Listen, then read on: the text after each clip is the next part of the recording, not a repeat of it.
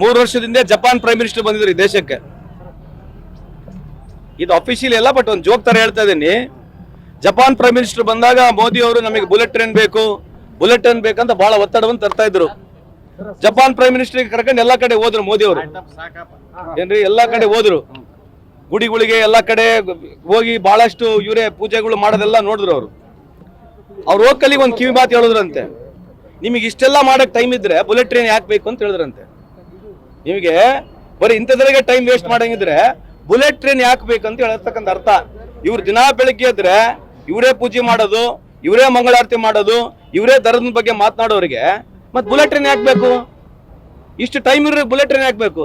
ದಿನಕ್ಕೆ 3 time dress ನೋಡ್ರಿ, skin tone ನೋಡ್ರಿ ಹೆಂಗೈತೆ ನಮ್ಮ ಅಣ್ಣಂದು, ವಿಶ್ವಗುರುದು.